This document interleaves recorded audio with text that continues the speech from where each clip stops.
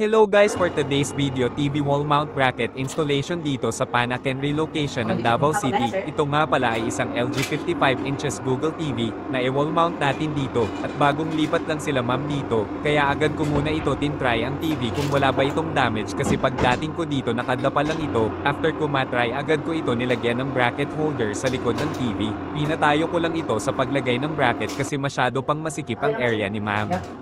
At doon naman sa wall ang gusto ni ma'am sa itaas siya ilagay kasi meron pa sila ilagay sa baba ng mga gamit like Dora box. Kinuha ko lang ang center ng wall at nilagyan ko agad ito ng marking at guide para sa pag-drill natin.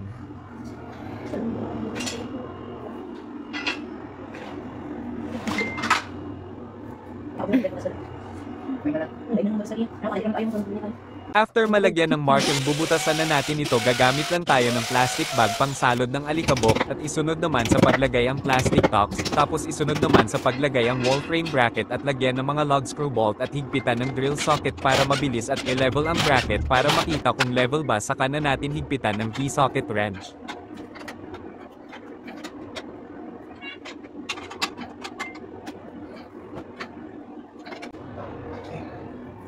Pagkatapos natin mahigpitan ng bracket atin na ito isabit ang TV, magpaalalay lang tayo kasi masyadong mabigat at higpitan lang natin ang dalawang lock bolt sa baba at i-level lang natin ang TV. Sa baba lang ako nag-level kasi di ko maabot ang top ng TV. Tapos i-tilt lang natin ang TV kasi masyado mataas pagkalagay nito.